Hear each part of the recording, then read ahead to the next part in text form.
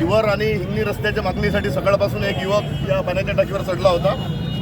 आपल्यासोबत खासदार बळवंत वानखेडे साहेब आहेत। त्यांनी या ठिकाणी येऊन त्या युवकाला खाली उतरण्याची विनंती केली आणि त्यांच्या विनंतीवरून तो युवक या पाण्याच्या टाकीवर खाली उतरला आहे। बळवंत भाऊ वानखेडे, खासदार अमरावती, काय सांगाल भाऊ? काय गौरव डिकार आणि त्यांचे जे काही सहकारी होते त्यांनी काही दिवसापूर्वी उपोषण आयोजित केलं होतं त्या रस्त्याच्या संदर्भात आंबोळी आणि बनोसा, आणि तो प्रोसेसमध्ये होता।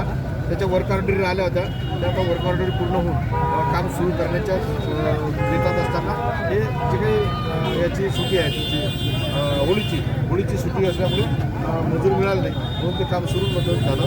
त्यांनी तो मार्ग त्यांनी अवलंबला होता, पाण्याच्या टाकीवर चढला होता।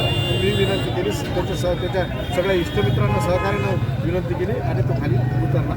त्याच्या मागण्या जवळपास मंजूर आहेत। खासदार बळवंत वानखेडे यांनी त्या युवकाच्या मागण्या मंजूर केलेल्या आहेत आणि लवकरच शिवर आणि धामोडीचा रस्ता होणार आहे असं त्यांनी या ठिकाणी सांगितलेलं आहे। मी RRC नेटवर्क जिल्हा प्रतिनिधी संदीप मनकर।